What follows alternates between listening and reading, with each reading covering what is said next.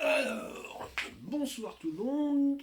Donc on fait le troisième sachet ce soir. Et je planifie le deuxième téléphone, parce que donc j'ai réussi à faire remarcher le vieux téléphone. Et du coup je peux refaire sur les deux plateformes en même temps, en direct. Voilà. Je recolle le bazar. Pour l'instant je vous laisse avec le sachet en visio. Hein, voilà, un beau sachet, hein, n'est-ce pas? Hop. On va lancer un direct. Voilà. Et voilà, ce coup-ci, c'est bon, on a nos deux trucs. J'ai mes chips aussi, parce que c'est important. Donc on continue la grande porte, qui va encore nous occuper manifestement deux sachets. Celui-ci qui va être, qui a l'air tout petit, donc on ne met pas grand-chose dedans ce soir. Ça va faire une séance assez courte. Oui, d'ailleurs, il n'y a qu'un seul petit sachet.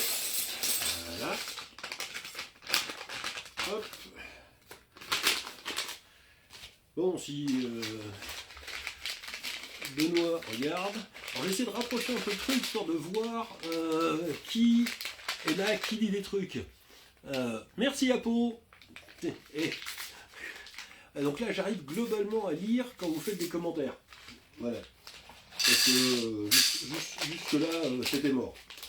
Donc on continue dans la ville blanche, voilà, hein, manifestement. Et voici donc de quoi attaquer. Je vais allumer les lumières, toutes mes excuses. Zou. Hop. Bon, Benoît, si vous passez par là, vous noterez que j'ai tenu compte de vos remarques et je me suis habillé décemment. Ok, donc c'est bien ça, on va continuer à monter les tours, en fait c'est ce qu'ils ont l'air de dire ici. Ouais. Alors, hop. Donc on est reparti pour la suite, donc un petit machin comme ça. Et ce machin là, voilà, hein, fascinant. Donc la grande porte de Minas Tirith, qui tombera du fait de Gronde. Gronde. Et alors, truc sympa, c'est que j'aurai aussi Gronde, que je vous montrerai en fin de... que je montrerai d'ailleurs en fin de Lego. Ça va être rigolo d'avoir à la fois la porte et Gronde. Et on verra si Gronde arrive à faire chuter la porte, comme dans le Seigneur des Anneaux. Voilà, hop. Donc pour l'instant, on en est là. Voilà, ça va pas loin, hein, mais voilà.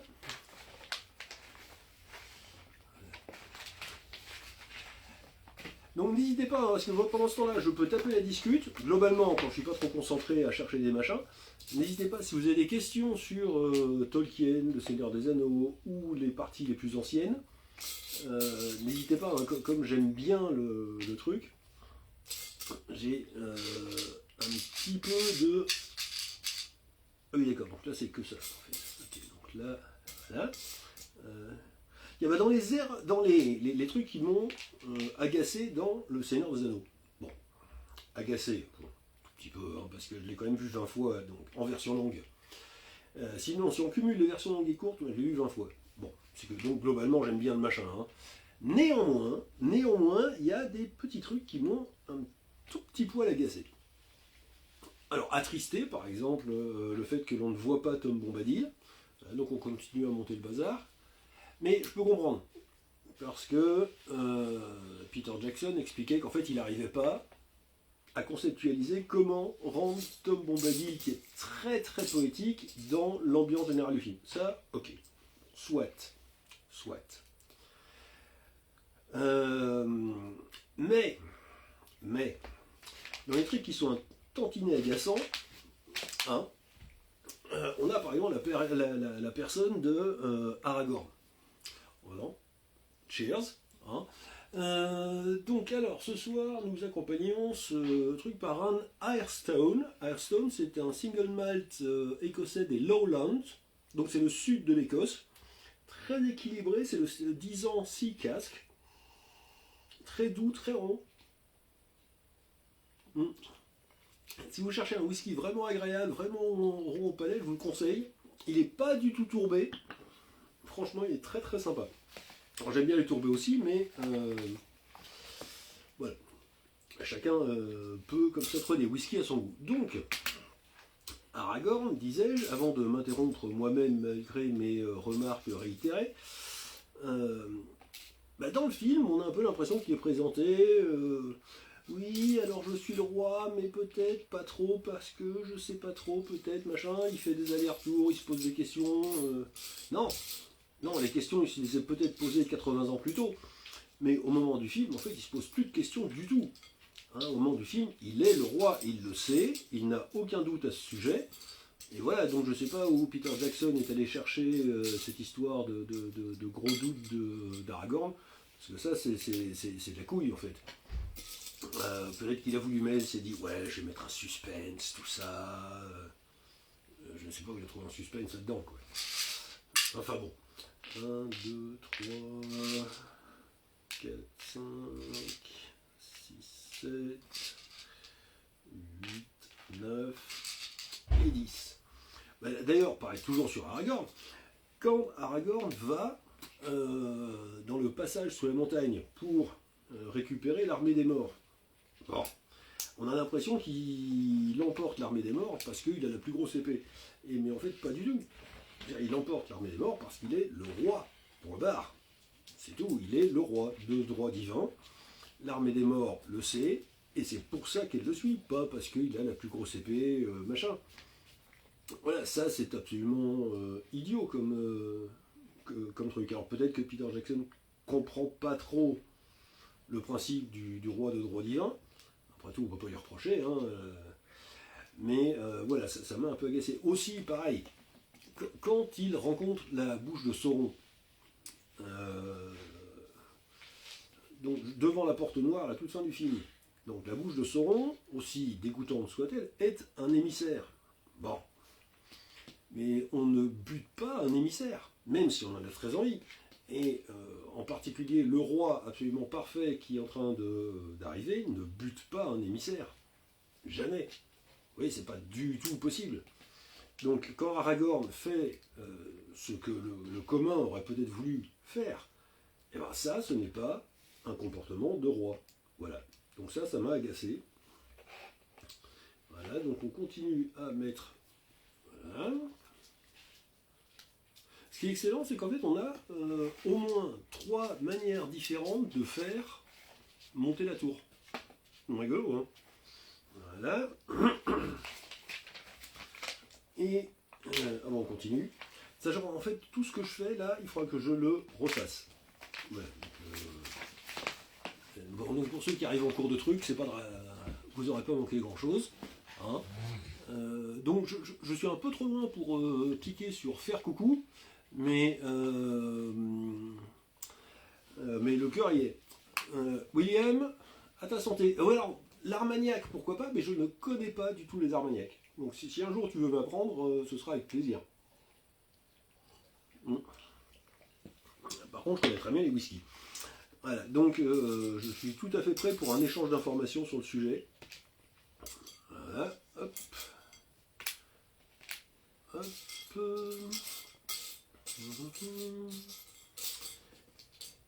Donc voilà, ça fait partie des petites choses. Autre chose qui m'a un petit peu, même totalement agacé chez Peter Jackson, c'est que ah oui, en fait, il faut que je double le truc, en fait. D'accord.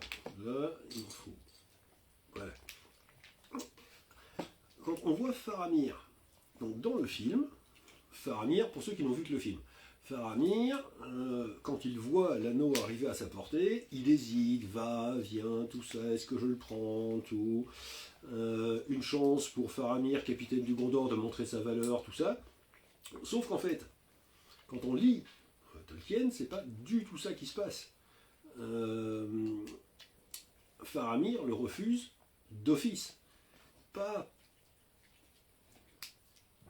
parce que Sam lui raconte une histoire, il lui dit que son frère est mort à cause de ça. Non, il le refuse parce que je pense que dans l'esprit de Tolkien, Faramir était un saint homme. Voilà. Alors, pas un saint, mais quelqu'un qui... oui, un saint homme, en fait, tout simplement. Et c'est pour ça qu'il le refuse. D'entrée de jeu. Voilà, donc ça fait partie des choses qui m'agacent. Autre chose qui m'agace, enfin non, ça m'agace pas, mais je pense que c'est un manque un peu tristoun. Attendez, 1, 2, 3, 4, 5, 6, 7, 8. C'est que pour ceux qui n'ont vu que le film, et en fait, vous ne pouvez pas savoir que Sam est un porteur de l'anneau. Au même titre que Frodon ou que Sméagol. Donc Sam, au moment où Frodon se fait attaquer par l'araignée, je ne sais pas si ça vous dit quelque chose, Sam, l'espace d'un instant, le croit mort, avant de se rendre compte que c'est pas vrai, et récupère l'anneau pour poursuivre la quête à sa place. Cet anneau, donc ça on le voit. Mais ce qu'on ne voit pas, c'est que cet anneau, en fait, il va l'utiliser. Il va l'utiliser pour arriver à suivre les orques jusque dans la tour. Ce qui fait de Sam le seul porteur de l'anneau qui renonce volontairement à l'anneau. Et c'était très important pour Tolkien, en fait, qui souhaitait montrer par là qu'un cœur simple peut réussir là où les héros, en fait, où les gens beaucoup plus élevés ne réussissent pas. Et donc là, on a continué à monter la tour. Donc j'imagine que ça va aller se clamper comme ça. Voilà. Voilà, donc, ok, donc on est reparti à zéro. Hop, pour faire le deuxième comme celui-là. C'est de retour. Donc ça, j'avoue que ça m'a un peu attristé. Autre chose que je trouve un peu triste dans la version Peter Jackson, c'est qu'on ne voit pas la libération de la comté. Donc si vous arrivez, pour ceux qui n'ont vu que le film, les hobbits reviennent à la comté. Attendez, je m'entends un seconde. Donc reviennent à la comté, qui est calme, tout se passe bien, ils se sont rendus compte de rien, alors qu'en fait, pas du tout. Pas du tout, du tout, du tout, du tout. Saruman, chez Tolkien, n'est pas tué en haut d'Orthanc, il est laissé prisonnier à Orthanc, à la garde des Ents. Ents qui vont se laisser séduire par la parole de Saruman, qui a peut-être perdu son rôle de sorcier blanc, mais qui n'en reste pas moins quelqu'un d'extrêmement puissant, et il va persuader Fangorn de le laisser partir. Et une fois qu'il est parti, il va remonter jusque dans la comté, qu'il va conquérir avec l'aide de ses derniers orques ou Uruk-hai, si bien que quand les hobbits reviennent, en fait, ils doivent se battre pour récupérer la comté, qui n'est pas du tout pacifiée. En fait, pour ceux qui ont vu la version longue, on aperçoit ce qui se passe dans le bouquin dans le miroir de Galadriel. Et dans le livre, ça se passe pas seulement dans le miroir de Galadriel, ça se passe en fait dans la réalité. Enfin, la réalité de l'histoire, bien sûr. Et du coup, nos héros, donc Frodon, Sam, Merry et Pipin, doivent, quand ils arrivent, combattre littéralement le mal et libérer la comté de ses envahisseurs. Et ça, c'est une chose qu'on ne voit pas du tout. Alors que pour Tolkien, il l'a écrit dans certaines de ses lettres. Je vous conseille d'ailleurs à l'occasion de lire ses lettres, tout à fait passionnant. Cette partie était très importante. Elle était très importante parce que ça montre qu'une fois que les héros sont partis, les héros c'est tous les grands, hein, c'est Boromir, Faramir, Aragorn, tout cela, les elfes, tout. Et bien nous, les pauvres humains, il faut aussi qu'on se batte pour ce qui est important pour nous. Et comme Tolkien a expliqué par ailleurs, en fait, nous, les humains d'aujourd'hui, on est représentés dans Le Seigneur des Anneaux par les hobbits. En fait, nous sommes les hobbits. 2, 4, 6, 8, 10. Voilà. Et donc évidemment, c'est quand même assez tristoun, même plus que ça, en fait, de se rendre compte que Peter Jackson est passé totalement à côté de ça, juste parce qu'il a eu peur de rajouter une demi-heure au film. Alors que franchement, on n'était pas une demi-heure près, le machin en version longue, il fait 4h30 déjà. Donc, passer de 4h30 à 5h, honnêtement, je pense que ça n'aurait dérangé personne. Hein. Je sais pas ce que vous en pensez, vous. Attends, il y a quelqu'un qui me dit coucou monsieur, là, mais je sais pas qui c'est. Bonsoir Benoît, vous aurez remarqué que j'ai tenu compte de vos remarques et me suis habillé décemment ce soir. Voilà. Bon, il fait un peu chaud pour la veste, donc je suis resté en chemise. Mais vous aurez noté que je tiens compte de ce que vous racontez, vous voyez. Bon. Alors, hop. Alors, qu'est-ce qu'il y avait d'autre? Oui, alors sinon, on a des petites différences, mais alors pas forcément très graves.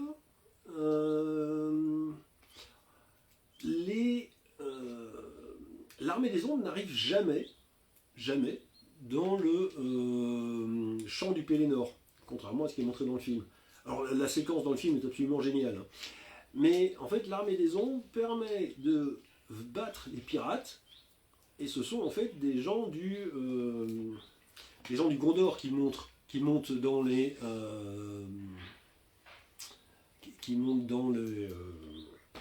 dans les bateaux. Voilà, excusez-moi.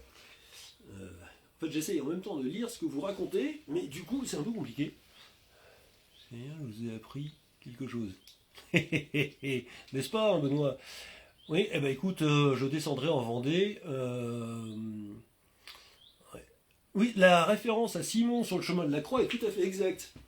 Merci William d'apporter la pierre à l'édifice. Voilà. Voilà. Alors, de temps en temps, je monte ça, je me concentre un peu sur le montage quand même. Voilà. Qu'est-ce qu'on rate d'autre dans le Seigneur des Anneaux? Oui, alors si, il y a quand même quelque chose, et ça c'est vraiment tristoun, parce que je pense que la scène aurait été pas mal.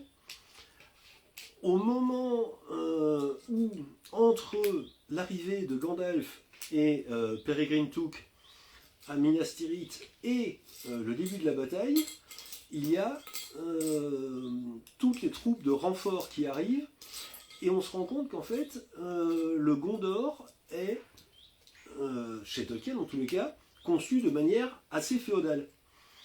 Et vous voyez toutes ces troupes qui arrivent aux armes des grands seigneurs, avec chaque grand seigneur qui déboule. Et ça, j'avoue que j'aurais bien aimé voir ces grands seigneurs. Alors évidemment, c'est un peu plus compliqué parce qu'ils n'ont pas tous le même uniforme, ils n'ont pas tous la même couleur, ça aurait fait un peu plus de taf. Mais j'avoue que ça aurait quand même été beau à voir et intéressant de voir le côté féodal de la chose. Par exemple, l'un des seigneurs du Gondor a aussi du sang elfe.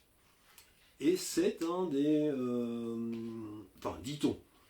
Et c'est un des principaux féodaux du roi du Gondor. Voilà. Hop. Qu'est-ce qu'il y a d'autre comme différence? Oui, si on revient tout au début, comme Peter Jackson a squeezé totalement la partie Tom Bombadil, il a aussi squeezé les passages dans les Galgal, qui pour le coup auraient été bien stressants et à mon avis franchement sympathiques à voir. Et c'est là que Frodon, Sam et Picard récupèrent leurs épées au départ. Donc je pense que ça a dû être un crève-cœur pour Peter Jackson de ne pas filmer ça, vu qu'il était quand même dans le film d'horreur avant de passer là-dessus. Et là, à mon avis, il aurait pu s'amuser un peu. Mais bon, finalement, bon, le passage à Bray est quand même assez sympa, donc ça va. D'ailleurs, avez-vous remarqué les différentes apparitions de Peter Jackson dans le film? Voilà, n'hésitez pas, il est dans chacun des 3 films.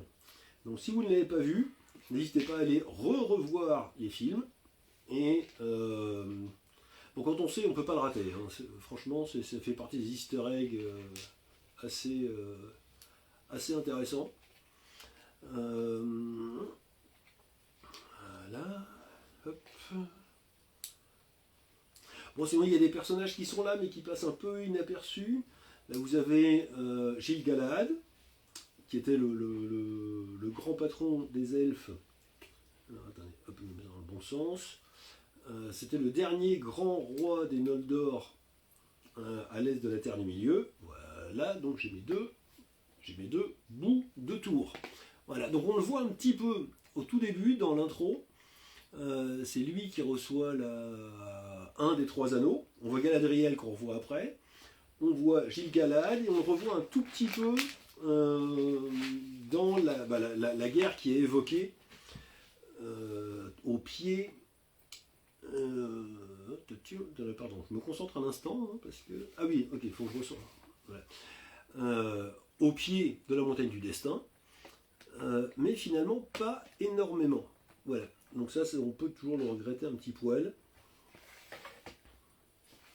Voilà. Ah non, en fait, c'est dans le. Qu'est-ce que c'est que ces bins là? Là, j'ai un problème. Je vais avoir fait couille dans le pâté à un moment. Ah oui, non, ça va, ok. J'ai rien dit, c'est bon. C'est bon. Voilà, ok. Ah non, ça va bien être mis en retrait. Ok. Je ne comprenais plus. Voilà, donc on monte. Voilà. Vous voyez, on a monté, mais il y avait un truc que je n'avais pas capté. Voilà, donc Gil-galad qui passe totalement au travers du truc. Et Círdan. Círdan qui était le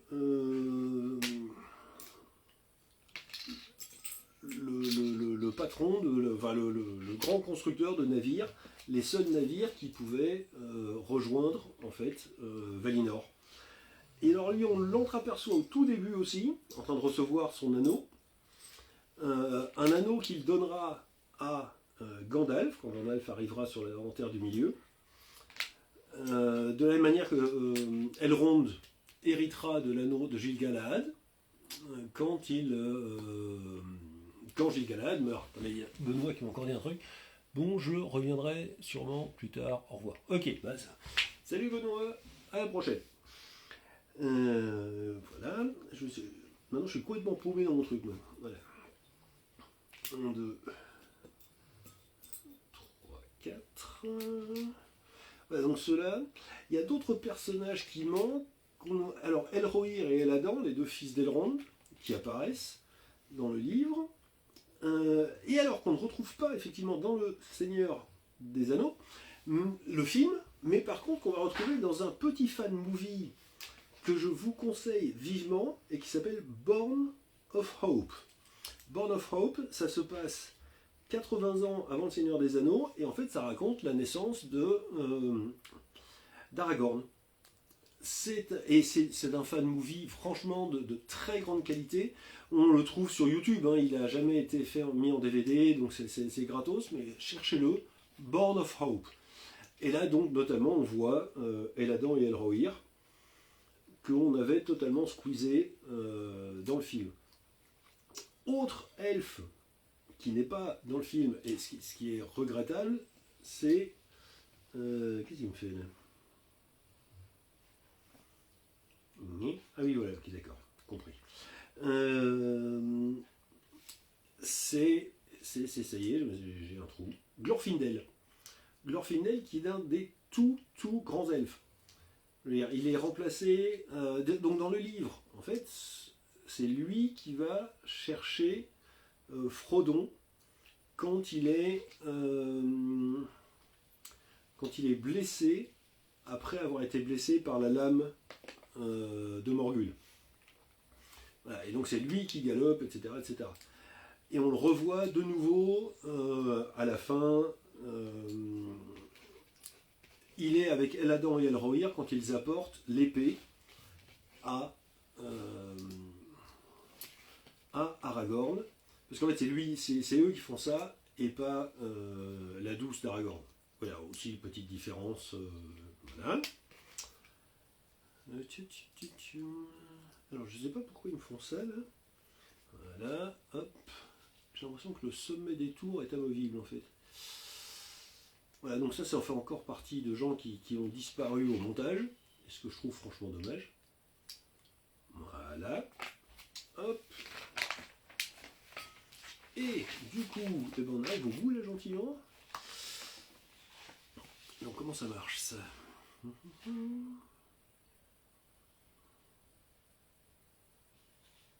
Sauf que, est-ce que j'ai raté un épisode moi? Parce que là, j'ai des trous. Ah bah oui, ok, non c'est bon, j'avais raté un épisode. Okay, voilà. C'était pas normal d'avoir des trous. Ouais, je n'ai plus le trou. Hop, et donc ça va se mettre comme ceci. Et effectivement, ça tient pas du tout. D'accord, c'est là pour le principe. Voilà, hop. Voilà. Et sur le côté, ah ça va peut-être être tenu grâce à ça, un peu. Non, donc en fait on peut retirer les sommets des tours comme ça. D'accord, ok. Donc, on va éviter de mettre le Lego à l'envers. Hein. Voilà, donc Glorfindel, je pense qu'il y a pas mal d'amateurs de Tolkien qui ont regretté de ne pas le voir. Il était déjà apparu, Glorfindel, pour vous dire à quel point il est ancien, au moment de la chute de Gondolin, qui est une des histoires du premier âge du soleil. Donc pour vous dire à quel point ça remonte. Et il était aussi allé combattre au moment de la chute du royaume, la chute du roi sorcier d'Angmar. Voilà, et bien donc fin du sachet numéro 3. Ça aurait été une séance un peu courte aujourd'hui. Demain on attaque la suite avec le sachet numéro 4 qui est, je pense, la porte elle-même et les 2 premiers personnages aussi. Voilà, donc, fin du sachet numéro 3, vous voyez, on commence à arriver à voir un truc pas mal. Je tiens les trucs, voilà. Donc la grande porte de Minas Tirith qui commence à prendre forme. Allez, salut à tous et je vous dis à demain. Ciao. Voilà, si j'y arrive. Voilà.